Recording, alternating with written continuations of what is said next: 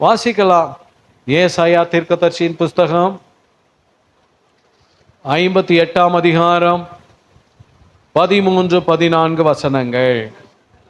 என் பரிசுத்த நாளாகிய ஓய்வு நாளிலே உனக்கு இஷ்டமானதை செய்யாதபடி உன் காலை விலக்கி உன் வழிகளின்படி நடவாமலும் உனக்கு இஷ்டமானதை செய்யாமலும் உன் சொந்த பேச்சை பேசாமலும் இருந்து ஓய்வு நாளை மனமகிழ்ச்சியின் நாள் என்றும் கர்த்தருடைய பரிசுத்த நாளை மகிமையுள்ள நாள் என்றும் சொல்லி அதை மகிமையாக எண்ணுவாயானால் அப்பொழுது கர்த்தரில் மனமகிழ்ச்சியாயிருப்பாய். பூமியின் உயர்ந்த இடங்களில் உன்னை ஏறி இருக்கும்படி பண்ணி உன் தகப்பனாகிய யாக்கோபுடைய சுதந்திரத்தால் உன்னை போஷிப்பேன். கர்த்தருடைய வாய் இதை சொல்லிற்று. அல்லேலூயா. இந்த வசனத்தில் வாசிக்கிறோம், பரிசுத்த ஓய்வு நாளை நீங்கள் அனுசரிக்கும் பொழுது நீங்கள் கர்த்தரில் மனமகிழ்ச்சியாய் இருப்பீர்கள். பூமியின் உயர்ந்த இடங்களில் கர்த்தர் உங்களை ஏறி இருக்கும்படி செய்வார். அல்லேலூயா. சத்தமா சொல்லுங்க, அல்லேலூயா. தேவனுடைய பிள்ளைகளே, கர்த்தர் உங்களை உயர்த்துவார். உயர்ந்த ஸ்தானத்தில் கர்த்தர் வைப்பார். இந்த மாதம் கர்த்தர் நம்மை பார்த்து சொன்னார், என் கிருபையும் என் உண்மையும் அவனோடு இருக்கும், என் நாமத்தினால் அவன் கொம்பு உயரும். கர்த்தர் உங்களை உயர்த்தணும்னு நீங்க விரும்புனீங்கன்னா, இதில் ஆண்டவர் சொல்றாரு, என் பரிசுத்த நாளாகிய ஓய்வு நாளை நீங்க அனுசரிக்கணும். ஓய்வு நாள் கர்த்தர் விரும்புகிற ஒரு நாள். ஓய்வு நாளை குறித்து வேதத்தில் வாசித்து பார்க்கும்போது ஆதியாகமம் 2வது அதிகாரம் 2, 3 வசனங்களிலே தேவன் தாம் செய்த தம்முடைய கிரியைகளை 7ஆம் நாளிலே நிறைவேற்றி தாம் உண்டாக்கின தம்முடைய கிரியைகள் எல்லாம் முடித்த பின்பு 7ஆம் நாளிலே ஓய்ந்திருந்தார். தேவன் தாம் சிருஷ்டித்து உண்டு பண்ணின தம்முடைய கிரியைகளை எல்லாம் முடித்த பின்பு அதிலே ஓய்ந்திருந்தபடியால் தேவன் 7ஆம் நாளை ஆசீர்வதித்ததை பரிசுத்தமாக்கினார். 7ஆம் நாளிலே ஆண்டவர் சொல்லுகிறார், 6 நாள் நீங்கள் வேலை செய்யுங்கள், 7ஆம் நாள் கர்த்தருக்கு பரிசுத்த நாள், ஓய்வு நாள். வேதம் சொல்லுகிறது, கர்த்தர் அதை பரிசுத்தப்படுத்தினார். அந்த 7ஆம் நாளை ஆசீர்வதித்தார், அதை பரிசுத்தப்படுத்தினார் என்பதாக. ஆக 7ஆம் நாளில் ஓய்ந்திருக்கிற ஓய்வு நாள். நீங்க நினைக்கலாம், அப்ப 7வது நாள் என்ன கிழமை சொல்லுங்க? சனிக்கிழமை. இப்போ சனிக்கிழமை தானே ஓய்வு நாள் பாஸ்டர், நம்ம ஏன் ஞாயிற்றுக்கிழமை வர்ஷிப் பண்ண வரோம்? சனிக்கிழமை வரலாமே அப்படின்னு நம்ம நினைப்போம். 7ஆம் நாள் தானே ஓய்வு நாள். ஆண்டவர் 7ஆம் நாள் தானே ஓய்வு நாள் சொல்றார். அப்ப நாம ஏன் ஞாயிற்றுக்கிழமை வரோம்? 1வது நாள்ல வரோம். வாரத்துல முதல் நாள் தான் என்ன கிழமை? ஞாயிற்றுக்கிழமை. 7வது நாள் சனிக்கிழமை. இப்ப நம்ம சனிக்கிழமை தானே கர்த்தரை ஆராதிக்க வரணும், ஓய்வு நாளை தானே நாம அனுசரிக்கணும் அப்படின்னு நாம நினைப்போம். தேவனுடைய பிள்ளைகளே, நம்ம வேதத்துல பார்க்கும் பொழுது பழைய ஏற்பாட்டு காலத்துல ஆடு மாடு பலி செலுத்தினாங்க. கவனிக்கீங்களா? பழைய ஏற்பாட்டில் தேவாலயத்துக்கு முன்னால என்ன இருக்கும்? பலிபீடம் இருக்கும். அந்த பலிபீடத்தில் எப்பவுமே என்ன எரிஞ்சுக்கிட்டு இருக்கும்? தீ எரிஞ்சுக்கிட்டு இருக்கும், அக்னி. அந்த பலிபீடத்தில் பலி செலுத்தணும், ஆடு மாடு பலி செலுத்தணும். ஆனால் இப்போ நாம் புதிய ஏற்பாட்டில் இப்போ பலி செலுத்துகிறோமா? இல்லை. ஏன் சொல்லுங்க? இயேசு கிறிஸ்துவை நாம் விசுவாசிக்கிறோம்.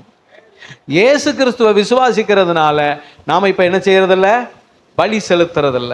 யோவான் 1:19 வேதத்தில் வாசிக்கிறோம், உலகத்தின் பாவத்தை சுமந்து தீர்க்கிற தேவ ஆட்டுக்குட்டியாக இயேசு இந்த பூமிக்கு வந்து என் பாவங்களுக்காய் உங்கள் பாவங்களுக்காய் தன் இரத்தத்தை சிந்தினார். நம் பாவங்களை மன்னிப்பதற்காக இயேசு சிலுவையிலே பாடுபட்டார். அவருடைய கை கால்களில் ஆணி அடிக்கப்படும் போது வேதனையோடு அந்த வேதனை, அந்த பாடுகள், வேதனைகளை சகித்து தன் இரத்தத்தை சிந்தினார். நாம் நினைக்கக்கூடாது அவர் தேவன், அவருக்கு என்ன ஒரு வழி இருந்திருக்காது, அழகா அவர் அடிக்கும் போதெல்லாம் சகிச்சிருப்பார்னு கிடையாது. அவர் தேவனா இருந்தாலும் 100க்கு 100 மனிதனாகவே இந்த பூமிக்கு வந்து நம் மீறுதல் நிமித்தம், நம்முடைய அக்கிரமங்கள் நிமித்தம் நமக்காக பாடுகளை சகித்து ரத்தம் சிந்தி மரித்து 3வது நாள் உயிரோடு எழுந்தார். சத்தமா சொல்லுமா அல்லேலூயா, ஆமென் சொல்லுங்க. ஆக இன்னைக்கு நம்ம சபைக்கு ஆலயத்துக்கு முன்பாக பலிபீடம் இருக்கா? கிடையாது. ஆடு பலி செலுத்துறோமா? கிடையாது. மாறாக இயேசு நமக்காக ரத்தம் சிந்தி இருக்கிறார். அல்லேலூயா. இயேசு கிறிஸ்து அவருடைய இரத்தத்தினால் நம்மை மீட்டிருக்கிறார். இயேசுவின் ரத்தம் சிந்தப்பட்டிருக்கிறது, அதை நாம் விசுவாசிக்கிறோம். அதனால் ஆடு பலி செலுத்தப்படுவது இல்லை. ஆமென் சொல்லுங்க. அடுத்து பழைய ஏற்பாட்டில் நீங்க பார்க்கும்போது ஒரு ஆண் குழந்தை பிறந்தா 8வது நாளில் விருத்த சேதனம், நுனித்தோலின் மாம்சம் விருத்த சேதனம் பண்ணப்பட வேண்டும். 8வது நாளில் அந்த ஆண் பிள்ளையை தேவாலயத்துக்கு கொண்டு போக வேண்டும். அங்கு விருத்த சேதன உடன்படிக்கை ஏற்படுத்துவார்கள். ஆபிரகாமோடு கர்த்தர் சொன்னார், இந்த விருத்த சேதனம் நீங்கள் தேவனோடு பண்ணுகிற ஒரு உடன்படிக்கை என்பதாக பழைய ஏற்பாட்டிலே சொல்லப்பட்டிருக்கிற வசனம். ஆனா நாம இப்ப யாராவது விருத்த சேதனம் பண்றோமா? இல்லை. ஏன் பண்றதில்ல? வேதத்துல வாஸ்து பார்க்கும்போது கொலோசேயருக்கு எழுதின நிருபம் 2வது அதிகாரம் 11வது 12வது வசனம் வாசிங்க. கிறிஸ்துவை பற்றும், நல்லா கவனிக்கீங்களா, இயேசு கிறிஸ்துவ விசுவாசிக்கிறதுனால இன்னைக்கு நாம விருத்த சேதனம் பண்றதில்லை. ஏன் சொல்லுங்க? கிறிஸ்துவை பற்றி விருத்த சேதனத்தினாலே மாம்சத்துக்குரிய பாவ சரீரத்தை, நுனித்தோலின் மாம்சத்தல்ல, பாவ சரீரத்தை, பழைய பாவ வாழ்க்கையை விட்டதினால், ஆமென் சொல்லுவோமா? விட்டதினால் வாசிங்க.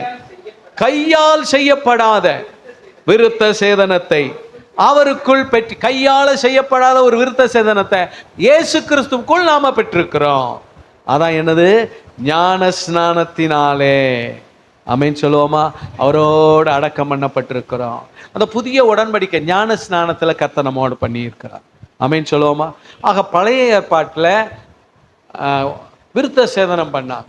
ஆனால் புதிய ஏற்பாட்டில் ஞான ஸ்நானம் எடுக்கிற ஒரு உடன்படிக்கைக்குள்ள கர்த்தர் நம்மளை நடத்துறார். சத்தமா சொல்லுவோம் அல்லேலூயா. எதனால சொல்லுங்க? எதனால? இயேசு கிறிஸ்துவை விசுவாசிக்கிறது. இயேசு கிறிஸ்துவை விசுவாசிக்கிறதுனால இப்ப ஆடு பலி செலுத்த வேண்டாம். இயேசு நமக்காக ரத்தம் சிந்தி இருக்கிறார். இயேசு கிறிஸ்துவை விசுவாசிக்கிறதுனால இப்போ விருத்த சேதனம் பண்ண வேண்டாம். நாம ஞான ஸ்நானம் பெற்று பழைய மாமிசத்தை, பழைய மனுஷனை விட்டு அவன் அடக்கம் பண்றதுக்கு அடையாளமா ஞான ஸ்நானம் பெறும். அதை போல இயேசு கிறிஸ்து என்றைக்கு உயிர் தெழுந்தார்? யோவான் எழுதின சுவிசேஷம் 20வது அதிகாரம் 1வது வசனம். வாரத்தின் முதல் நாள் காலையில், நல்லா கவனிக்கீங்களா, வாரத்தின் முதல் நாள் காலையில் கல்லறைக்கு போனா இயேசு இல்லை, உயிர் தெழுந்து விட்டார். இயேசு உயிர் தெழுந்த நாள் என்ன நாள் சொல்லுங்க? வாரத்தின் முதல் நாள். இயேசு கிறிஸ்துவை விசுவாசித்தவர்கள் சபையாய் கூடி வந்த பொழுது உயிர் தெழுந்த அந்த நாளிலே சபை கூடி வர ஆரம்பித்து விட்டது. காரணம், அவர்கள் சொல்லுவது, நாங்கள் இயேசு கிறிஸ்துவை விசுவாசிக்கிறோம். We believe Jesus. அதனால வாரத்தின் முதல் நாளில் இயேசு உயிர் தெழுந்தார், இயேசு இன்றும் ஜீவிக்கிறார் என்பதற்கு நாங்கள் சாட்சிகளாக ஞாயிற்றுக்கிழமை கர்த்தரை ஆராதிக்க கூடி வருகிறோம். ஆக சபை இன்னைக்கு என்னைக்கு கூடி வருகிறது? ஞாயிற்றுக்கிழமை. அதற்கு ஆதாரமாக அப்போஸ்தலர் 20வது அதிகாரம், வேதத்தில் அநேக வசனங்கள் புதிய ஏற்பாட்டில் இருக்கிறது. ஞாயிற்றுக்கிழமை வாரத்தின் முதல் நாள் கூடி வருவதற்கு. ஆனால் ஒரு வசனம் வாசிக்கலாம். 20ஆம் அதிகாரம் 7வது வசனம் வாசிப்போம். வாரத்தின் முதல் நாளிலே அப்பம் பிற்கும்படி சீசர்கள் கூடி வந்திருக்கையில், நல்ல கவனிக்கைகளா, அப்பம் பிற்குதல்னா என்னது? கர்த்தருடைய பந்தி. அப்ப என்னைக்கு கர்த்தருடைய பந்தி நடக்கும் அவங்களுக்கு? வாரத்தின் முதல் நாள் சபை கூடி வருகிற அந்த நாளில் கர்த்தருடைய பந்தி நடக்கிறது. கவனிக்கீங்களா? புதிய ஏற்பாட்டில் வரும்போது சபை ஞாயிற்றுக்கிழமையை அந்த அல்லேலூயா. தேவனுடைய பிள்ளைகளே, ஓய்வு நாளாக ஆமென் சொல்லுவோமா, அனுசரித்து நாம் கர்த்தரை ஆராதித்து கொண்டிருக்கிறோம். ஏன்னா இயேசு கிறிஸ்து வாரத்தின் முதல் நாளில் உயிர் தெழுந்தார். விசுவாசிக்கிறாங்க? ஆமென் சொல்லலாம். அல்லேலூயா. சத்தமா சொல்லும் அல்லேலூயா. ஆக உயிர் தெழுந்த நாளில் இயேசு கிறிஸ்துவை நான் விசுவாசிக்கிறேன் என்பதற்கு அடையாளமாக நாம் ஞாயிற்றுக்கிழமை ஆராதிக்கிறோம். இயேசு கிறிஸ்துவை நான் விசுவாசிக்கிறேன் என்பதற்கு அடையாளமாக ஞான ஸ்நானம் பெறுகிறோம். இயேசு கிறிஸ்துவை விசுவாசிக்கிறேன் என்பதற்கு அடையாளமாக ஆடுபடி செலுத்தப்படுவது இல்லை. விசுவாசிக்கிறவங்க ஆமென் சொல்லுவோமா? ஏன் ஆடுபடி செலுத்தப்படுவதில்லை? நான் இயேசு கிறிஸ்துவை விசுவாசிக்கிறேன். நான் ஏன் ஞான ஸ்நானம் பெறுகிறேன்? ஏன் விருத்த சேதனம் பண்ணப்படவில்லை? நான் இயேசு கிறிஸ்துவை விசுவாசிக்கிறேன். நான் ஏன் ஞாயிற்றுக்கிழமை கர்த்தரை ஆராதிக்க கூடி வருகிறேன்? நான் இயேசு கிறிஸ்துவை விசுவாசிக்கிறேன். அல்லேலூயா. இயேசு கடவுள் கிடையாது அப்படி சொல்றவங்க இன்னைக்கும் சனிக்கிழமை தான் கர்த்தரை ஆராதிக்காங்க. அப்படிதானே? சத்தமா சொல்லும் அல்லேலூயா. ஆனா இயேசு கிறிஸ்துவை ஜீவனுள்ள தேவனாய் விசுவாசித்து ஏற்றுக்கொண்டு அவரை ஆராதிக்கிற ஜனம் என்னைக்கு கூடி வரோம்? ஞாயிற்றுக்கிழமை. ஆக இயேசு வாரத்தின் முதல் நாள் ஞாயிற்றுக்கிழமை உயிர் தெழுந்த அந்த நாளிலே நாம் கர்த்தரை ஆராதிக்கிறோம். ஆக ஓய்வு நாளை கர்த்தர் விரும்புகிறார். ஓய்வு நாள் கர்த்தருக்கு பிரியமானது. ஓய்வு நாளை அனுசரிப்பதை தேவன் வேதத்தில் சொல்லி இருக்கிறார். அந்த ஓய்வு நாளை நாம் அனுசரிக்கும் போது ஆண்டவர் சொல்லி இருக்கிறார், பூமியில் உயர்ந்த இடத்தில் உன்னை ஏறி இருக்கும்படி செய்வேன். ஆண்டவர் சொல்லல பரலோகத்தில் உன்னை உயர்த்தி வைப்பேன், நிச்சயம் உயர்த்துவார். ஆனா பூமியிலேயே ஆண்டவர் சொல்றார். சில காரியத்தை பூமியிலே கர்த்தர் சொல்லுவார், பார்த்திருக்கீங்களா? அல்லேலூயா சொல்லுவோமா? பூமியில் உயர்ந்த இடத்தில் உங்களை கர்த்தர் வைப்பார். விசுவாசிக்கிறவங்க சத்தமா சொல்லுங்க அல்லேலூயா. சத்தமா சொல்லுங்க அல்லேலூயா. உங்களை நம்புறீங்களா? அந்த கால வேளையில உங்களை, உங்க பிள்ளைகளை கர்த்தர் உங்க ஊர்ல ஒரு உயர்ந்த ஸ்தானத்துல வைப்பார். உங்க குடும்பத்துல கர்த்தர் உங்களை உயர்ந்த ஸ்தானத்துல வைப்பார். நம்ம தேசத்துல அல்லேலூயா, முழு உலகத்துல கூட கர்த்தர் உங்களை உயர்ந்த ஸ்தானத்துல வைப்பார். அதுக்கு ஆண்டவர் சொல்றார், என் பரிசுத்த நாளாகிய ஓய்வு நாளை நீ அனுசரிக்க வேண்டும். சத்தமா சொல்லும் அல்லேலூயா. அதை அசட்டை பண்ணக்கூடாது. அதை குறித்து இன்னைக்கு நாம தியானிக்க போறோம். ஒன்று, ஓய்வு நாளை குறித்து வேதம் சொல்லுகிறது என்ன? 13வது வசனம் வாசிங்க. ஏசாயா 58:13. என் பரிசுத்த நாளாகிய ஓய்வு நாளிலே என்று வேதம் சொல்லுகிறது. ஓய்வு நாள் ஒன்று என்ன நாள் சொல்லுங்க? பரிசுத்த நாள். ஆண்டவர் அதை பரிசுத்தப்படுத்தி இருக்கிறார். அதை பரிசுத்தப்படுத்தி அதை ஓய்வு நாள் என்று சொல்லுகிறார். யாத்திராகமம் 31வது அதிகாரம் 13வது வசனம். யாத்திராகமம், இஸ்ரவேல் புத்திரரை நோக்கி, நீங்கள் என் ஓய்வு நாட்களை ஆசரிக்க வேண்டும், உங்களை பரிசுத்தப்படுத்துகிற கர்த்தர் நான் என்பதை நீங்கள் அறியும்படிக்கு இது உங்கள் தலைமுறை தோறும் எனக்கும் உங்களுக்கும் அடையாளமா இருக்கும். அல்லேலூயா.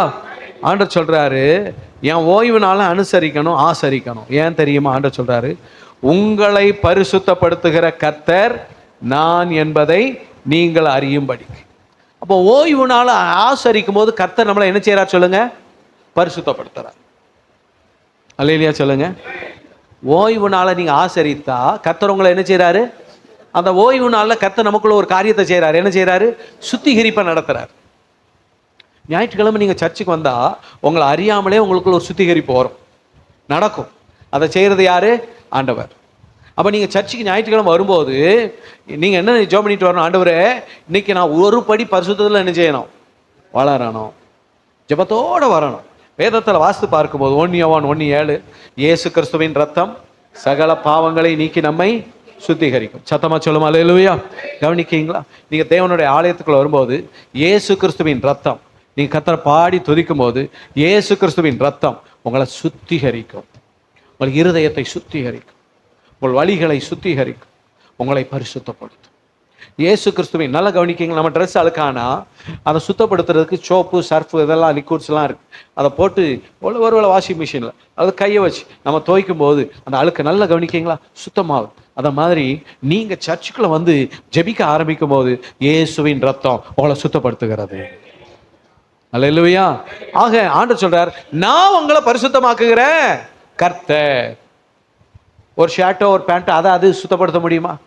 முடியாது. அது எதில் அது பாட்டில் அழுக்காக தான் இருக்கும். போட்டு போட்டு அழுக்கா போட்டு ஏய் நீ சுத்தமாக சீக்கிரம் சுத்தமாக அல்லேலூயா சொல்லுங்க. ஆனால் நல்லா கவனிக்கிங்களா, அதை மாதிரி மனிதர்களுக்கும் பரிசுத்தமாக வாழ என்ன செய்ய மாட்டாங்க, முடிய மாட்டாங்க. இன்னைக்கு இப்படி இருக்கணும், பரிசுத்தமாக இருக்கணும், அப்படி இப்படி நினச்சா கூட நடக்க முடியல. ஆனால் ஆண்டவர் சொல்றார், நான் உன்னை பரிசுத்தப்படுத்துவேன் என் ரத்தத்தினால். ஆமென் சொல்லுங்க. அல்லேலூயா. இந்த காலவெளி நீங்க சர்ச்சில் வந்து ஆராதிக்கணும். ஏசப்பா உங்க ரத்தத்தால் என்ன கழுவுங்க, இன்னைக்கு என்ன பரிசுத்தப்படுத்துங்க. டெய்லி ஒவ்வொரு ஞாயிற்றுக்கிழமை ஆண்டவர் சமூகத்தில் வந்து அவருடைய ரத்தத்தை சொல்லி ஜெபிக்கணும். இன்னைக்கு உங்க ரத்தம் என்ன பரிசுத்தப்படுத்தட்டும், உங்க ரத்தம் என்ன பரிசுத்தப்படுத்தும். ஆக சுத்திகரிப்பு நடக்கிறது. எதுக்கு கர்த்தர் நம்மளை சுத்தப்படுத்துறார் சொல்லுங்க? உங்களை கனப்படுத்த. அல்லேலூயா சொல்லுவோமா? சுத்தப்படுத்தினாதான் கர்த்தர் உங்களை கனப்படுத்த முடியும். பரிசுத்தம் இல்லையா உங்களுக்கு கனம் வராது, ஆசீர்வாதம் வராது. உயர்வு வந்தா கூட அது கொஞ்ச நாள் அது உங்களுக்கு தீமையா மாறி போயிடும். ஆனா கர்த்தர் உங்களை கனப்படுத்தும் போது மேன்மையான ஆசீர்வாதம் உங்களுக்கு கிடைக்கும். அதுக்கு உங்களுக்கு என்ன வேணும் சொல்லுங்க? சுத்திகரிப்பு, பரிசுத்த வாழ்க்கை. சத்தமா சொல்லுங்க அல்லேலூயா. அந்த சுத்திகரிப்பு ஆண்டவர்கிட்ட நீ கேட்கணும். உள்ள வந்து உட்கார்ந்து சர்ச்சுக்குள்ள வாசிக்கலாம். 2 தீமோத்தேயு 2ஆம் அதிகாரம் 21வது வசனம் வாசிக்கலாம். ஆகையால் இவைகளை விட்டு, பார்த்தீங்களா, தன்னை சுத்திகரித்து கொண்டால். பரிசுத்தத்துக்கு நம்மளை ஒப்பு கொடுக்கணும். ஆண்டவர் எதுக்கு ஓய்வு நாளை வச்சிருக்கிறார்? தேவஜனம் பரிசுத்தப்படுத்தப்படுவதற்கு. ஒருவன் தன்னை சுத்திகரித்து கொண்டால், வாசிங்க, அவன் பரிசுத்தமாக்கப்பட்டதும். எப்படி எப்படி சொல்லுங்க? எப்படி பரிசுத்தமாக்கப்பட்டது? யாரால்? கர்த்தரால். கர்த்தரால் பரிசுத்தமாக்கப்பட்டதும், வாசிங்க, எஜமானுக்கு உபயோகமானதும் எந்த நற்கிரியைக்கும் ஆயத்தமாக்கப்பட்டதுமான கனத்துக்குரிய பாத்திரமாயிருப்பான். அல்லேலூயா. ஆண்டவர் சொல்றாரு, நீங்கள் கனத்துக்குரிய பாத்திரம். எப்போ சொல்லுங்க? பரிசுத்தமாக்கப்படும் போது. அல்லேலூயா. உங்க வீட்டில் ஒரு தங்கத்தில் ஒரு பாத்திரம் இருக்கு, ஆனால் அது அழுக்கார். பக்கத்தில் இன்னொரு பாத்திரம் சாதாரண பாத்திரம் தான், ஆனால் நல்லா நீட்டாக சுத்தமாக இருக்கு. பால்காரன் வந்துட்டார், நீங்க எதை எடுத்து போவீங்க? தங்க பாத்திரத்தை தான் வாங்கணும்னு வாங்குவீங்களா? வாங்கினாலும் பால் என்ன ஆகி போயிடும்? பால் என்ன ஆகி போயிடும்? கெட்டு போயிடும். நீங்க தங்க பாத்திரமா இருந்தாலும் சரி, சுத்த பாத்திரமா இல்லைன்னா, அல்லேலூயா சொல்லுவோமா, நீங்க கனப்படுத்தப்படவே. இன்னைக்கு நிறைய பேர் பாருங்க, நல்லா படிச்சிருப்பாங்க, நல்ல அறிவு இருக்கும், நல்ல ஞானம் இருக்கும், ரொம்ப திறமை இருக்கும், ஆனா பெரிய குடிகாரனா இருக்கும். எப்படி ஆசீர்வாதம் வரும்? எப்படி உயர்வு வரும்? எப்படி கர்த்தர் அவங்களை கனப்படுத்த முடியும்? ஆனா ஆண்டவர் சொல்றார், என் பரிசுத்த நாள்ல நீங்க ஓய்வு நாள்ல சபைக்குள்ள வரும்போது அந்த எல்லா பாவ கரைகள், பாவ அழுக்குகள், வேண்டாத துர்க்குணங்கள் எல்லாம் நீக்கி உங்களை நான் சுத்தப்படுத்துவேன். வேண்டாத ஒரு துர்க்குணம் உங்களுக்கு இருக்கிற பெரிய கனத்தை தடுத்து விடும். உங்களுக்கு கர்த்தர் வைத்திருக்கிற பெரிய நன்மைகளை தடுத்து விடும். ஆனால் தேவ சமூகத்தில் வரும் ஆண்டு சொல்றார், நான் உன்னை சுத்தப்படுத்துவேன். அப்போ நான் உன்னை கனத்துக்குரிய பாத்திரமா ஆசீர்வதிப்பேன். அல்லேலூயா சொல்லுவோமா?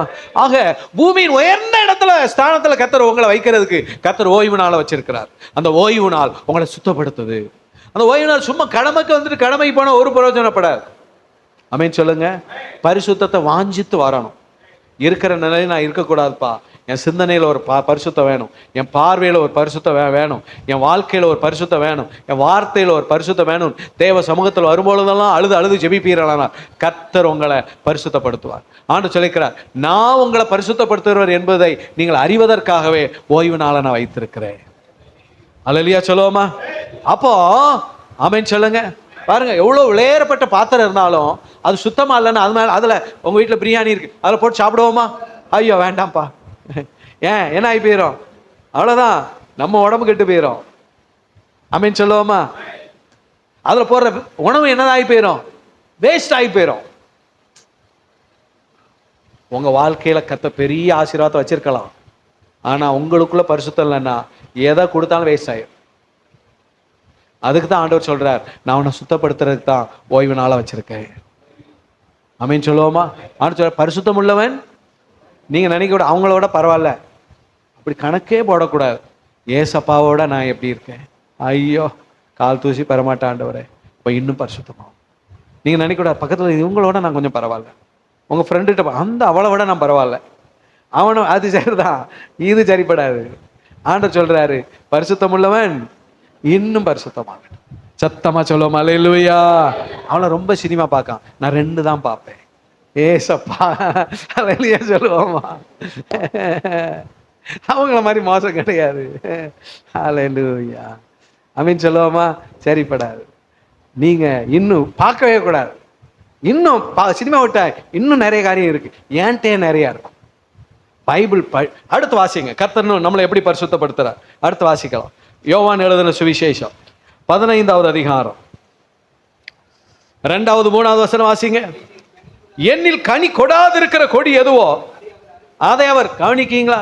எந்த கனி கர்த்தருடைய எந்த திராட்சை செடியில் இருக்கிற எந்த கொடி, அதாவது சபையில் இருக்கிற எந்த தேவ ஜனம் கனி கொடுக்கலையோ, கவனிக்கீங்களா?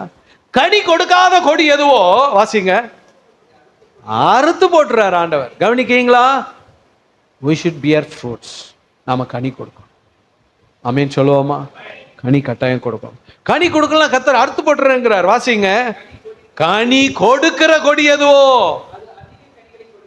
அந்த அந்த கொடி இன்னும் நிறைய கனி கொடுக்கும்படி அதை சுத்தம் பண்ணுகிறார். எத்தனை பேர் ஆமென் சொல்லுவோமா? உங்களுக்குள்ள கொஞ்சம் கனி இருக்கும், 2-3 கனி இருக்கு. ஆண்டவர் சொல்வார், போதாது, நீ நிறைய கனி கொடுக்கணும். அதுக்கு நான் உன்னை என்ன செய்ய போறேன்? உன்னை பரிசுத்தப்படுத்த போறேன். கர்த்தர் நம்மளை ஓய்வு நாள பரிசுத்தப்படுத்துறாரு. எதுக்கு சொல்லுங்க? கனப்படுத்துறதுக்கு. எதுக்கு சொல்லுங்க? நிறைய கனி கொடுக்கிறதுக்கு, பெருக்கம் உண்டாவதற்கு. ஆமென் சொல்லுவோமா? பெருக்கம் வரணுமா? பரிசுத்தம் வேணும். ஆமென் சொல்லுவோமா? ஆக ஓய்வு நாள் நமக்கு என்னக்கு சொல்லுங்க? நீங்க நினைக்கலாம் என்னால முடியல, ஆண்டு சொல்ல, நான் உன்னை பரிசுத்தப்படுத்துறேன், நீ மட்டும் அழுது அழுது ஜெபம் பண்ணு போதும், என் வல்லமை வரும். இதுல ஆண்டு அடுத்த வசனம் வாசிங்க. 3, நான் உங்களுக்கு சொன்ன உபதேசத்தினாலே நீங்கள் இப்பொழுதே சுத்தமாய் இருக்கிறீர்கள். ஆமென் சொல்லுவோமா? அடுத்து இயேசுவின் ரத்தம் நம்மளை சுத்தப்படுத்துற மாத்திரம் இல்ல, இதுல ஆண்டு சொல்ல உபதேசம். ஞாயிற்றுக்கிழமை எதுக்கு பிரசங்கம் பண்றோம் சொல்லுங்க? உபதேசம். எதுக்கு? ஆண்டு சொல்றார், நான் உங்களுக்கு சொன்ன உபதேசத்தினாலே நீங்கள் இப்பொழுதே சுத்தமாய் இருக்கிறீர்கள். நீங்க பிரசங்கத்தை கேட்கும் பொழுதே அந்த வசனத்துக்கு உங்களை ஒப்பு கொடுத்தா ஒரு சுத்திகரிப்பு நடந்துகிட்டே இருக்கும். அல்லேலூயா சொல்லுவோமா? எதுக்கு கர்த்தர் உங்களை சபை கொண்டு வரார் சொல்லுங்க? சுத்திகரிக்கிறது. வேண்டாம் அதெல்லாம் அப்படியே சுரண்டி எடுத்து கழுவி பரிசுத்தப்படுத்தி அழகா மாத்தி, அப்பதான் நாளைக்கு உங்களுக்கு ஒரு ஆசீர்வாதம் வரும். அதை பெறுறதுக்கு உங்களுக்கு ஒரு தகுதியும் இருக்கும். அல்லேலூயா சொல்லுவோமா? இந்த வாரம் முழுசும் ஒரு சில பிளஸ்ஸிங்ஸ் வச்சிருப்பார். அதை பெறதுக்கு இங்க உங்களை தகுதிப்படுத்திட்டு இருப்பார், சுத்திகரிச்சிட்டு இருப்பார், உங்களை ரெடி பண்ணுவார். பண்ணணுமா இல்லையா? நிச்சயமா. அதான் ஞாயிற்றுக்கிழமை ஆராதனைக்கு வரணும், ஆண்டவர் தேடணும், எங்கேயோ போயிடக்கூடாது. சத்தமா சொல்லுங்க அல்லேலூயா. ஆண்டவர் நம்மளை சுத்தப்படுத்துறார். தேவனுடைய பிள்ளைகளே, அவருடைய உபதேசம் உங்களை சுத்தப்படுத்துது. 3வது, பரிசுத்த ஆவி உங்களை சுத்தப்படுத்துறார். இங்க ஆலயத்தில் ஆண்டவர் ஆராதிக்க வரும்போதெல்லாம் தேவன் தன் பரிசுத்த ஆவியை நம்மளால ஊற்றுகிறார். வேதத்துல வாசிங்க. 2 கொரிந்தியர் 3:17 வாசிக்கலாம். 2 கொரிந்தியர் 3:17. கர்த்தரே ஆவியானவர். கர்த்தருடைய ஆவி எங்கேயோ விடுதலை உண்டு. ஒரு அல்லேலூயா சொல்லுங்க. சிலருக்கு என்ன பாத்தீங்களா? பாவ கட்டு இருக்கும், அடிமைப்படுத்தி வச்சிருக்கோம். சில பாவம் கவனிக்கீங்களா? விடுதலையே இருக்காது. அவங்க ஆசைப்பட்டாலும் நல்லா கவனிக்கீங்களா? மாடு இருக்கு, மாடு படுத்து கிடக்கணும்னு ஆசைப்படுது. ஆனா மாட்டுக்காரர் அதை நடத்தி அங்க கூட்டு போகணும்னு ஆசைப்படுறார். எது நடக்கும்னு நினைக்கீங்க? எது நடக்கும்னு நினைக்கீங்க? மாடு படுத்து கிடக்கணும்னு நினைக்கிறதா? அதான் மூக்கணங்காய் போட்டு வச்சிருக்க, அவர் இழுத்து கொண்டு போயிடுவாரு. அல்லேலூயா சொல்லுங்க. இது ரெஸ்ட் எடுக்கணும்னு நினைச்சாலும் அவர் பிடிச்சு இழுத்து அவர் இஷ்டப்படுற இடத்துக்கு கொண்டு போயிடுவாரு. அதை மாதிரி சிலர் பரிசுத்தமாக வாழணும்னு ஆசைப்பட்டாலும் சாத்தா மூக்கணங்காய் கயிறு மாதிரி சில கட்டை போட்டு வச்சிருக்கான், இழுத்து கொண்டு போயிடுறாங்க. எங்க? பாவத்துக்குள்ள. ஆண்டவர் சொல்றார், கர்த்தருடைய ஆவி எங்கேயோ அங்க விடுதலை கிடைக்கும். இந்த மூக்கணாங்கயிறு, அந்த கட்டு, சாத்தானுடைய கட்டெல்லாம் அறுத்துருவார். சாத்தான் அதுக்கு பிறகு ஒண்ணுமே செய்ய முடியாது. கை வைத்து ஆமென் சொல்லுங்க. ஆக சர்ச்சில் வந்து கர்த்தரை நல்ல வாயை திறந்து துதிக்கணும், வர்ஷிப் பண்ணணும், விரும்பணும், ஆசைப்படணும். உங்களுக்கு ஒரு ஆசை இருக்கணும், எனக்கு விடுதலை வேணும்ப்பா. ஆமென், அல்லேலூயா. இந்த ஆசைப்படணும் ஃபர்ஸ்ட். அதான் ஃபர்ஸ்ட் ஸ்டெப். உங்களுக்கு ஆசை இல்லைன்னா கர்த்தர் எப்படி விடுதலை கொடுப்பார்? ஆசைப்படணும். நான் நல்ல வாழ்க்கை வாழ விரும்புகிறேன், பரிசுத்தத்தை என் உள்ள விரும்புது. பரிசுத்தம் இல்லைன்னா கனமும் கிடையாது, ஆசீர்வாதம் கிடையாது, உயர்வு கிடையாது, ஒன்றும் கிடையாது. அல்லேலூயா சொல்லுவோமா? ஏன்னா பரிசுத்தம் இல்லாமல் உங்களை கர்த்தர் ஆசீர்வதித்தா வேஸ்டாக போயிடும், வீணா போயிடும். அதனால பிரயோஜனப்படாது. ஆக கர்த்தர் உங்களை கனப்படுத்த ஆசீர்வதிக்க உங்களை என்ன செய்யறாரு? என்ன செய்ய விரும்புகிறார்? சுத்திகரிக்க விரும்புகிறார். கைத்தட்டி கர்த்தருக்கு ஒரு அல்லேலூயா சொல்லுங்க. ஹல்லேலூயா, சத்தமா சொல்லுங்க ஹல்லேலூயா. ஆக கர்த்தருடைய ஆவி எங்கே? அங்க விடுதலை.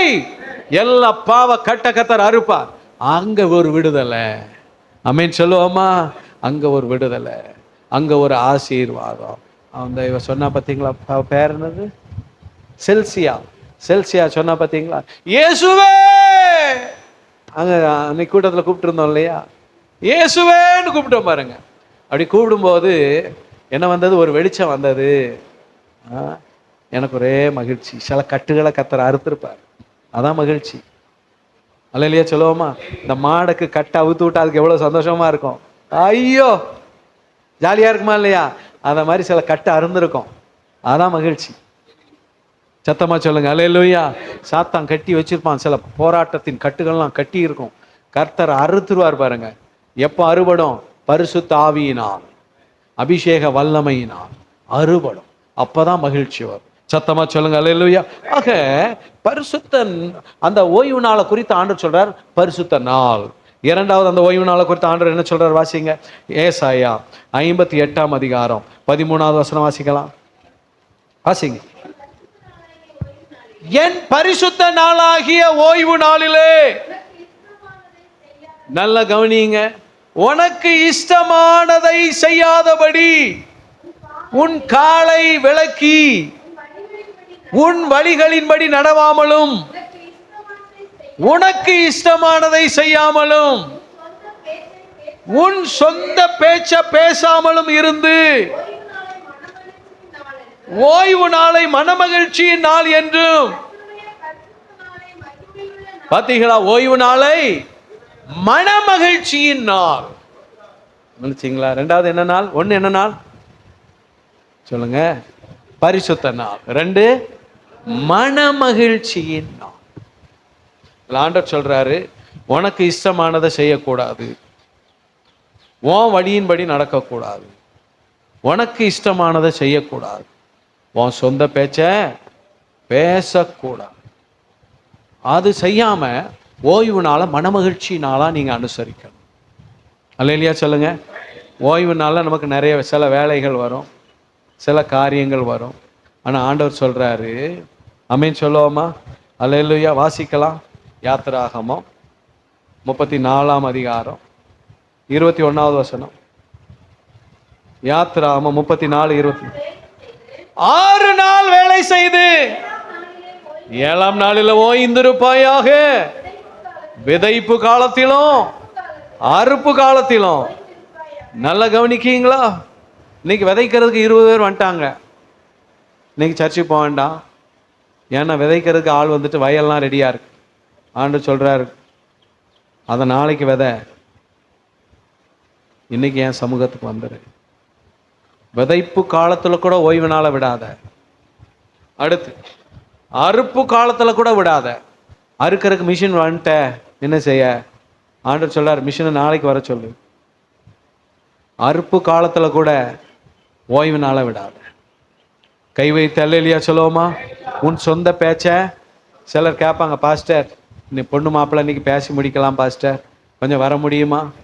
நான் சொல்லுவேன், நல்லா இருப்பிய, இன்னைக்கு அந்த பேச்சே என்ன செய்ய வேண்டாம் சொல்லுங்க. பொண்ணு மாப்பிள்ளை பேசுறதுனால ஞாயிற்றுக்கிழமையா? சொல்லுங்க. ஆண்டவர் என்ன சொல்றாரு? சொந்த பேச்சையே பேசாதன்ட்டார். நம்ம சொந்த பேச்சு, பொண்ணு மாப்பிள்ளை பேச்செல்லாம் ஞாயிற்றுக்கிழமை பேசப்படாது. பாஸ்டர் ஞாயிற்றுக்கிழமை தான் ஃப்ரீயா இருக்கு, ஃபங்க்ஷன் வச்சிருக்கோம். வேண்டாம், ஞாயிற்றுக்கிழமை ஃபங்க்ஷன் வேண்டாம். ஞாயிற்றுக்கிழமை ஃபங்க்ஷன் வச்சா எங்கே தான் வைக்கணும்? சர்ச்சில் தான் வைக்கணும். என்ன ஃபங்க்ஷன்? எழுப்புதல் கூட்டம். அல்லேலூயா சொல்லுவோமா? விடுதலை பெருவிழா. அப்படி மாதிரி கூட்டம் வைக்கணுமே ஒழிய சத்தமா சொல்லுவோமா, அப்படியே பாஸ்டர் சர்ச்சில் வைக்கலாமா, அப்ப சர்ச்சில் கல்யாணம் வச்சிருவோமா, அதை சொல்லலை. அல்லேலூயா சொல்லுவோமா, சர்ச்சில் கல்யாணத்தை வைக்கிறது சொல்லலை. சர்ச்சில் திங்கக்கிழமையிலேருந்து சனிக்கிழமை வரை வைக்கலாம். அல்லேலூயா சொல்லுவோமா, எல்லா நாளும் நல்ல நாள். அல்லேலூயா சொல்லுங்க. ஆடி வந்தாலும் நல்ல நாள், எந்த மாசம் வந்தாலும் நல்ல நாள். திங்கக்கிழமை, செவ்வாய்க்கிழமை, புதன்கிழமை எல்லா நாளும் நல்ல நாள். ஞாயிற்றுக்கிழமை கர்த்தருடைய நாள். சத்தமா சொல்லுங்க. பாஸ்டர் ஞாயிற்றுக்கிழமை தான் நல்ல நாள்னு சொல்லுது பைபிள். ஞாயிற்றுக்கிழமை கர்த்தருடைய நாள்னு சொல்லுது. சத்தமா சொல்லுவோம் அல்லேலூயா. ஞாயிற்றுக்கிழமை கர்த்தருக்குரிய நாள். அதை ஆண்டவருக்குரியதை எடுக்கக்கூடாது. அன்னைக்கு எங்கே தான் போகணும்? சர்ச்சுக்கு போ, அவரை தேடணும். ஏன்னா ஆண்டவர் அப்படிதான் சொல்லியிருக்கிறார். நீங்கள் அப்படி செஞ்சீங்கன்னா மன மகிழ்ச்சியாக இருக்கும். எப்படி இருக்கும் சொல்லுங்க? உங்களுக்கு ஞாயிற்றுக்கிழமை ஒரு வேலை இருக்குது, 10,000 ரூபா சம்பளம், நீங்கள் அதை விட்டுட்டு சர்ச்சுக்கு வந்துட்டீங்க, உங்களுக்கு எப்படி இருக்கும் தெரியுமா? மன மகிழ்ச்சியாக இருக்கும். எப்படி இருக்கும்? மன மகிழ்ச்சியாக இருக்கும். எதுக்கு? நான் இன்னைக்கு வேலைக்கு போகாமல் எங்கே வந்திருக்கேன், ஏசப்பாவை தேடி வந்திருக்கேன், அவ்வளோ மகிழ்ச்சியாக இருக்கும். அப்போ அந்த மன மகிழ்ச்சி என்ன தரும் சொல்லுங்க? ஏசாயா 58:14, கர்த்தரில் மன மகிழ்ச்சியாய் இருப்பாய், பூமியின் உயர்ந்த இடங்களில் உன்னை ஏறி இருக்கும்படி பண்ணுவேன். கை வைத்து அல்லேலூயா சொல்லுங்க. அந்த கர்த்தர்ல மன மகிழ்ச்சி வந்துருச்சுன்னா உயர்வு வருதுன்னு அர்த்தம். சத்தமா சொல்லுங்க அல்லேலூயா. எல்லாம் அதெல்லாம் விட்டுட்டு கர்த்தர் சமூகத்துல மகிழ்ச்சியா பாடி ஆராய்ச்சிட்டு போயிட்டு இருப்பாரு இவரு. சாத்தான் சொல்ல 10,000 போச்சு போட்டோம். அல்லேலூயா சொல்லுவோமா? கர்த்தர் என்ன உயர்ந்த இடத்துல ஏற வைப்பாரு. விசுவாசிக்கிறேன், கை தட்டுங்க. எனக்கு எட்டாத உயரம். என்ன உயரம் தெரியுமா? உங்களுக்கே எட்டாத உயரம். அந்த உயரத்துக்கு எக்காலமும் போய்விட முடியாது. அங்க தூக்கி வச்சிருவாரியா கர்த்தர் உங்களை. அல்லேலூயா சொல்லுவோமா? ஆமா. எப்போ சொல்லுங்க? நீங்க ஓய்வு நாள மன மகிழ்ச்சி நாளா நீங்க அனுசரிக்கணும். ஆமீன் சொல்லுங்க. ஓய்வு நாள்ல நீங்க கர்த்தருக்கு முக்கியத்துவம் கொடுக்கணும். பாருங்க, இஸ்ரவேல் ஜனங்கள் வனாந்தரத்துல மன்னா, அவங்களுக்கு வனாந்தரத்தில் 40 வருஷம் போயிட்டு இருக்காங்க. டெய்லி காலையில் அவங்களுக்கு மன்னா பெய்யும், அதுதான் அவங்களுக்கு சாப்பாடு. ஆண்டவர் என்ன சொன்னார் தெரியுமா? 7வது நாள் உங்களுக்கு மன்னா என்ன செய்யாது? பெய்யாது. அவங்க கணக்கு எப்படின்னா, திங்கக்கிழமைக்கு உள்ளதை தான் திங்கக்கிழமை பிறக்கி சாப்பிடணும். செவ்வாய்க்கிழமை வேணும்னா என்ன செய்யணும்? செவ்வாய்க்கிழமை போய் தான் என்ன செய்யணும்? பொறுக்கணும். திங்கக்கிழமை உள்ளதை நான் செவ்வாய்க்கிழமை வச்சுக்கிட்டோன்னா அது என்ன செஞ்சு போயிடும்? பூச்சி பிடிச்சி நாரி போயிடும். அல்லேலூயா சொல்லுவோமா? ஆனா ஆண்டவர் சொல்றாரு, நீங்க சனிக்கிழமை ஞாயிற்றுக்கிழமைக்காக சேர்த்த என்ன செஞ்சிருங்க? எடுத்துருங்காரு. இது என்னப்பா, மற்ற நாள் எடுத்தா அது நாறுது. அல்லேலூயா சொல்லுவோமா? நீங்க வேதத்துல வாசித்து பாருங்க. யாத்திராகமம் 16ஆம் அதிகாரம்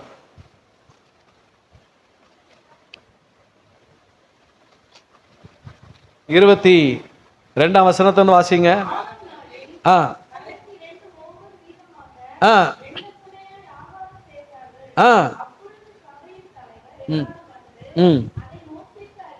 கவனிக்கீங்களா? 6ஆம் நாள்ல 2 பங்கு எடுத்துட்டாங்க. வாசிங்க. கர்த்தர் சொன்னது இதுதான். நாளைக்கு கர்த்தருக்கு, பத்திகளா தெளிவா போட்டிருக்கு பாருங்க, கர்த்தருக்கு உரிய பரிசுத்த ஓய்வு நாளாகிய ஓய்வு. நாளைக்கு யாருக்குரியது? கர்த்தருக்குரியது. அதனால நீங்கள்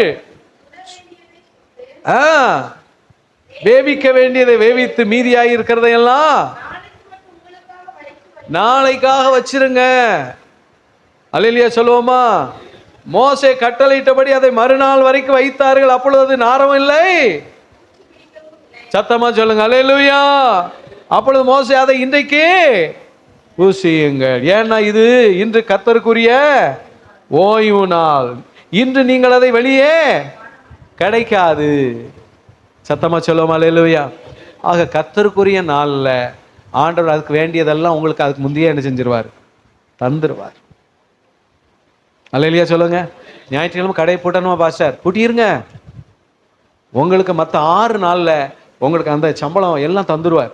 ஐயோ ஞாயிற்றுக்கிழமை லீவு நல்ல வியாபாரம் வைக்குமே, வேண்டான்னு விட்டுருங்க. அதுக்குரியதை கர்த்தர் உங்களுக்கு தாராரா இல்லையான்னு பாருங்க. கைத்தட்டி கர்த்தருக்கு ஒரு அல்லேலூயா சொல்லுவோமா? அல்லேலூயா. ஏன்னா ஆண்டவர் தானே அப்படி சொல்லி இருக்கிறார். நீ ஓய்வு நாள அப்படி செஞ்ச ஆண்டவர் சொல்றாரு மன மகிழ்ச்சியினால். அப்போ ஞாயிற்றுக்கிழமை உட்காந்து என்ன செய்யறது பாஸ்டர்? ஜெபம் பண்ணுங்க. சர்ச்சுக்கு வந்து ஜெபம் பண்ணி வொர்ஷிப் பண்ணுங்க. கர்த்தருடைய வார்த்தையை கேளுங்க. சாயங்காலம் ஆச்சா ஊழியம் செய்யுங்க.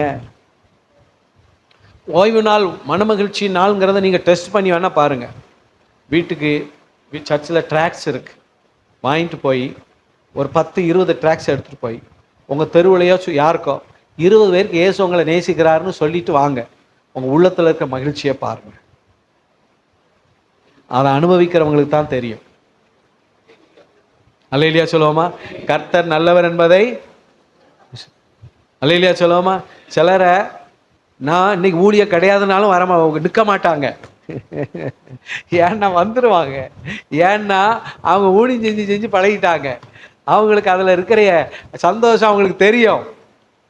சிலருக்கு இந்த ஊழியெல்லாம் நீங்கள் செஞ்சது போதும் நிறுத்துங்க அப்படின்னா நிறுத்த மாட்டாங்க. ஏன்னா அவங்களுக்கு தெரியும் இங்கே போனால் என்ன இருக்கு? சந்தோஷம் இருக்கு. கர்த்தரில் மனமகிழ்ச்சி. சத்தமா சொல்லுமா அல்லேலூயா? இந்த சந்தோஷம் எங்கும் கிடைக்காது. அங்கே கிடைக்க அங்கே கிடைக்காது. என்னையா ஏசு ஒன்று நேசிக்கிறான்னு நாளை திட்ட தானே செய்கிறான். எத்தனை ஏச்சு வாங்கியிருப்பான் தெரியுமா? கெட்ட வார்த்தை சொல்லி திட்டுறாங்களா இல்லையா? அவமானமாக திட்டுறாங்களா இல்லையா? ஆமாம், பொழப்புக்கு வேற இல்லை போல. வெளிநாட்டில் பணத்தை வாங்கிக்கிட்டு சுற்றிட்டு அலைகிறானுங்க. எத்தனை பேர் பேசியிருக்காங்க. யாராவது நீங்கள் 1 ரூபாயாவது வாங்கியிருக்கீங்களா? உங்களுக்கு யாராவது 1 ரூபா தந்திருக்காங்களா? நீங்கள் தான் செலவு பண்ணுவீங்க. பாஸ்டர் இன்னைக்கு டீ குடிப்போம், நான் பணம் கொடுக்குறேன். யாரு? விசுவாசி கொடுக்கும். அவருக்கு யார் 1 ரூபா கொடுத்தது? கொடுக்கவே கிடையாது. அல்லேலூயா சொல்லுவோமா? நீங்கள் தான் காணிக்க போடணும், நீங்கள் தான் பணம் கொடுக்கணும், நீங்கள் தான் கர்த்தருக்கு கொடுக்கீங்க. யாருக்காவது சபை உங்களுக்கு தருதா? ஒன்றுமே தராது. ஆனால் உங்கள் விசுவாசம் என்ன? எனக்கு என் தேவன் தருவார். அல்லேலூயா சொல்லுவோமா? ஆனால் ஜனங்கள் அதை ஏற்றுக்கவே மாட்டாங்க. அவங்க சொல்லுவாங்க வெளிநாட்டிலேருந்து பணம் வாங்கிட்டு வந்திருக்கான், அதான் இவன் கேவலப்படுத்தினாலும் இவன் சொல்கிறான். அதுக்கா? இல்லை, இயேசு சந்தோஷம் தராரியா. எத்தனை பேர் சொல்லுவோம்? அல்லேலூயா சொல்லுவோமா? கர்த்தரில் மனமகிழ்ச்சி ஆயிருப்பாய். கடைசியாக ஒன்று வாசித்து நாம ஜெபம் பண்ண போகிறோம். வாசிக்கலாம். ஏசாயா 58:13 கடைசியில் 3வது ஆண்டவர் சொல்றாரு, ஒன்று பரிசுத்த நாள், மனமகிழ்ச்சியினால், 3வது என்ன சொல்லுங்க? மகிமையுள்ள நாள். மகிமையுள்ள நாள்னா குளோரியஸ் டே அப்படின்னு நான் நினைச்சேன். ஆனா ஆங்கில வேதாகமத்தில் பார்த்தீங்கன்னா கர்த்தரை கனப்படுத்துகிற நாள். அல்லேலூயா சொல்லுவோமா? அது இன்னொரு வார்த்தையில் சொல்லலாம், கர்த்தரை மகிமைப்படுத்துகிற நாள். மகிமையுள்ள நாள்னா என்ன அர்த்தம் தெரியுமா? கர்த்தரை மகிமைப்படுத்தும் நாள். அதான் அதனுடைய சரியான அர்த்தம். ஆமென் சொல்லுவோமா? ஆக ஓய்வு நாளில் நாம யாரை மகிமைப்படுத்துறோம் சொல்லுங்க? கர்த்தரை. சத்தமா சொல்லுவோமா? அல்லேலூயா. வேகமா சில வசனம் வாசிங்க, ஜெபம் பண்ணிடுறோம். சங்கீதம் 29:2 வாசிங்க. சங்கீதம் 29:2. கர்த்தருடைய நாமத்துக்குரிய மகிமையை அவருக்கு செலுத்துங்கள் பரிசுத்த அலங்காரத்துடனே. ஒரு அல்லேலூயா சொல்லுங்க. அல்லேலூயா. அப்ப ஞாயிற்றுக்கிழமை யாரை கனம் பண்றோம்? கர்த்தரை. என்ன செய்ய, எப்படி கனம் பண்றோம் சொல்லுங்க? கை தட்டி பாட்டு பாடி கனம் பண்றோம். நல்ல வாயை திறந்து ஸ்தோத்திரம் பண்ணி கனம் பண்றோம். ஆண்டவரை வொர்ஷிப் பண்ணி கனம் பண்றோம். இதெல்லாம் நீங்க செய்யாம இருக்கவே கூடாது. ஞாயிற்றுக்கிழமை ஆராதனைக்கு ஃபர்ஸ்டே வரணும். கர்த்தரை கனப்படுத்தி வரணும். ஆண்டவர் எனக்காக வெயிட் பண்ணிட்டு இருப்பார். நான் அவரை பார்க்கணும், நான் அவரை கார்னர் பண்ணணும். எப்படி கனம் பண்ணணுமோ நான் அப்படி கனம் பண்ணுவேன் அப்படின்னு முழங்கால நின்று கனம் பண்ணுங்க. கைகளை அசைத்து கனம் பண்ணுங்க. வாயை திறந்து சத்தமா சோத்திரம் பண்ணி கனம் பண்ணுங்க. நீங்க அவரை கனம் பண்ண கர்த்தர் உங்களை கனம் பண்ணுவார். சத்தமா சொல்லுவோம் அல்லேலூயா. சங்கீதம் 34:3 அதில் வாஸ்து பார்க்கும்போது, என்னோட கர்த்தரை மகிமைப்படுத்துங்கள். ஞாயிற்றுக்கிழமை கர்த்தரை மகிமையின் நாள், கர்த்தரை மகிமைப்படுத்தும் நாள். சத்தமா சொல்லுவோம் அல்லேலூயா. ஆமென் சொல்லுங்க. அல்லேலூயா. ஏசாயா 25:1 வாசிங்க. ஏசாயா 25:1. கர்த்தாவே நீரே என் தேவன், உம்மை உயர்த்தி உமது நாமத்தை துதிப்பேன். நீர் அதிசயமானவைகளை செய்தீர். ஒரு அல்லேலூயா சொல்லுங்க. நீங்க கர்த்தரங்கிறது நல்லா உயர்த்திட்டு போனா வீட்டில் பார்த்தா ஒரு அதிசயத்தை கர்த்தர் செய்வார். எத்தனை பேர் நம்புறோம்? கை தட்டி ஆமென் சொல்லுங்க. சத்தமா சொல்லுங்க அல்லேலூயா. சத்தமா சொல்லுங்க அல்லேலூயா. நீங்க நிறைய அல்லேலூயா சொல்றதுனால என்னைக்கு சொல்லுங்க? ஞாயிற்றுக்கிழமை தான். ஆமென் சொல்லுங்க. கர்த்தரை மகிமைப்படுத்துற நாள் தேவ பிள்ளைகள். இன்னைக்கு எப்படிலாம் கர்த்தரை மகிமைப்படுத்தணுமோ நீங்க மகிமைப்படுத்தினீங்கன்னா ஆண்டவர் சொல்றார், நான் உங்களை கனம் பண்ணுவேன். ஆண்டவர் சொல்றார், இதுல நீர் அதிசயமானவைகளை செய்தீர். ஆண்டவரே, கர்த்தர் உங்களுக்கு அதிசயமான காரியத்தை செய்வார். கர்த்தர் உங்களுக்கு அற்புதமான காரியத்தை செய்வார். கர்த்தரை நல்ல வாயில ஸ்தோத்திரம் பண்ணி கனம் பண்றோம். அடுத்து என்ன எப்படி கனம் பண்றோம் பாருங்க. கர்த்தருக்கு காணிக்கையை கொடுத்து கூட கர்த்தரை காண மாட்டோம். வேதத்தில் அப்படி இருக்கா? வாசிங்க. நீதிமொழிகள் 3வது அதிகாரம் வாசிக்கலாம்.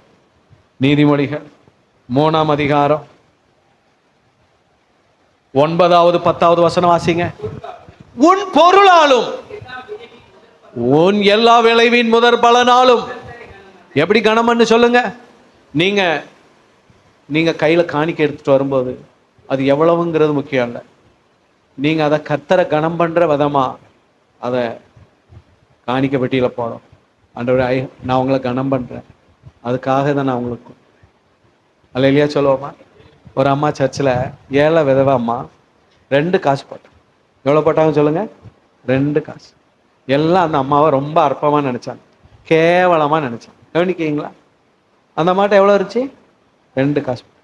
ஏசப்பா பார்த்துட்டு இருந்து சொன்னார், எழுப்பி நின்று ஏசப்பா சொன்னார், உங்க எல்லாத்த விட அந்த அம்மா தான் நிறைய போட்டுச்சு. எல்லாம் திரு முடிக்காங்க. என்ன ஏசப்பா இப்படி சொல்றாரு? அந்த அம்மா 2 காசு தானே போட்டுச்சு, இருக்கிறதுல குறையா போட்டது அந்த அம்மா தானே அப்படின்னு எல்லார்ட்டி பார்த்துருந்தான். ஏசு சொன்னாரு, உங்ககிட்ட இருந்ததுல இருந்து நீங்க கொஞ்சம் எடுத்து போட்டீங்க. ஆனா அந்த அம்மாவுக்கு இருந்ததே 2 காசு தான், அவ்வளோத்தையும் போட்டுச்சு. இந்த அம்மா தான் நிறைய போட்டுச்சு. இந்த அம்மா என்ன கனம் பண்ணுது அப்படின்னு ஆண்டவர் சொல்றாரு. ஆமென் சொல்லுவோமா? இல்லை, ஆண்டவர் சொல்றாரு, நாம கர்த்தருக்கு கொடுக்கும்போது கர்த்தரை நாம என்ன செய்யறோம்? we honor him. அவரை கனம் பண்றதுக்கு நான் கொடுக்கேங்கிறத நீங்க உணர்ந்து செய்யணும். ஆமென் சொல்லுவோமா? அல்லேலூயா. நீங்க சிலர் பாருங்க, கிழிஞ்ச நோட்டெல்லாம் உழுதி போட்டுருவாங்க, கிடக்கும் அப்பப்போ. அந்த மாதிரி ஒரு நாள் நீங்க போடக்கூடாது. எதுக்கு சொல்லுங்க? நான் யாரை கனம் பண்றேன்? கர்த்தரை கனம். ஐயோ, பாஸ்டுக்கு நல்ல நோட்டா தேவைப்படுது அப்படின்னு நினைச்சிடாதீங்க. கவனிக்கீங்களா? You should honour the lord. கர்த்தரை எப்படி கனம் பண்ணணும் அப்படின்னு நினைச்சிட்டு நாம அதை செய்யணும். அப்பதான் கர்த்தர் உங்களை கனம் பண்ணுவாரு.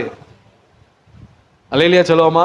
இதுல ஆண்டவர் சொல்றாரு, அல்லேலூயா, உன் பொருளாலும் எல்லா விளைவின் முதல் பலனால் கர்த்தரை கனம் பண்ணு, அப்பொழுது உன் களஞ்சியங்கள் பூரணமாய் நிரப்பும். கர்த்தரை இப்படி கனம் பண்ண ஆண்டவர் சொல்றாரு, உன் களஞ்சியத்தை நான் நிரப்புவேன். உன் களஞ்சியங்கள் பூரணமா நிரம்பும். களஞ்சியம் என்னன்னு சொல்லுங்க? அந்த காலத்துல வயல்ல அறுக்கிற நெல் மூடையெல்லாம் ஒரு குடோன் மாதிரி அதுக்குன்னே ஒரு மூடை ரூம் வச்சிருப்பாங்க பாருங்க. அதை ஃபுல் பண்ணுவாங்க. ஐயோ, நிறைஞ்சிருச்சு, இந்த மூடையெல்லாம் எங்க வைக்க? அப்படி மாதிரி ஒரு பெரிய பெருக்கம். சத்தமா சொல்லுமா? அல்லேலூயா. வைக்க இடமே நிறைய விளைஞ்சிருச்சு அந்த வருஷம். ஆண்டு சொல்ற, உன் களஞ்சியம் பூரணமா நிரம்பும். ஆண்டு சொல்றாரு, உன் ஆலைகளில் திராட்சை ரசம் புரண்டு ஓடும். அவ்வளோ ஆசீர்வாதம். இதெல்லாம் கொடுக்கறதுக்கு காரணம் நீங்க அதை விசுவாசிக்கணும். ஆண்டவரே, இதை நான் உங்களுக்காக கொடுக்குறேன்ப்பா. எப்படி கொடுக்குறேன்? நான் உங்களை கனம் பண்ணி கொடுக்குறேன். அல்லேலூயா. உங்க நாமத்தை உயர்வுக்காக கொடுக்குறேன். உங்க நாம மகிமைப்படும்படி நான் கொடுக்குறேன். நான் கொடுக்குற இந்த காணிக்கை மூலம் என் இயேசுவின் நாம என்ன செய்யும்? மகிமைப்படும். அப்படி நீங்க விதைக்கும் போது கர்த்தர் செய்வாரு, உங்களை ஆசீர்வதிப்பார். சத்தமா சொல்லுமா? அல்லேலூயா. அப்போ ஓய்வு நாள்ல நாம எதுக்கு வரோம் சொல்லுங்க? 1 பரிசுத்தம், 2 மன மகிழ்ச்சி, 3 கர்த்தரை கனம் பண்ண. இப்படி நாம் ஓய்வு நாளை அனுசரிக்க கர்த்தர் நமக்கு கொடுத்திருக்கிறார். இப்படி கர்த்தர் ஓய்வு நாளை ஆசரிக்க நம்மளை ஒப்பு கொடுக்கும்போது ஆண்டவர் சொல்றார், பூமியில உயர்ந்த இடத்துல உங்களை நான் வைப்பேன், உங்களை ஆசீர்வதிப்பேன், உங்க சந்ததியை ஆசீர்வதிப்பேன் ஆண்டவர் சொல்லி இருக்கிறார். நம்ம எல்லாம் எழுந்து நின்று ஜெபம் பண்ணுவோம்.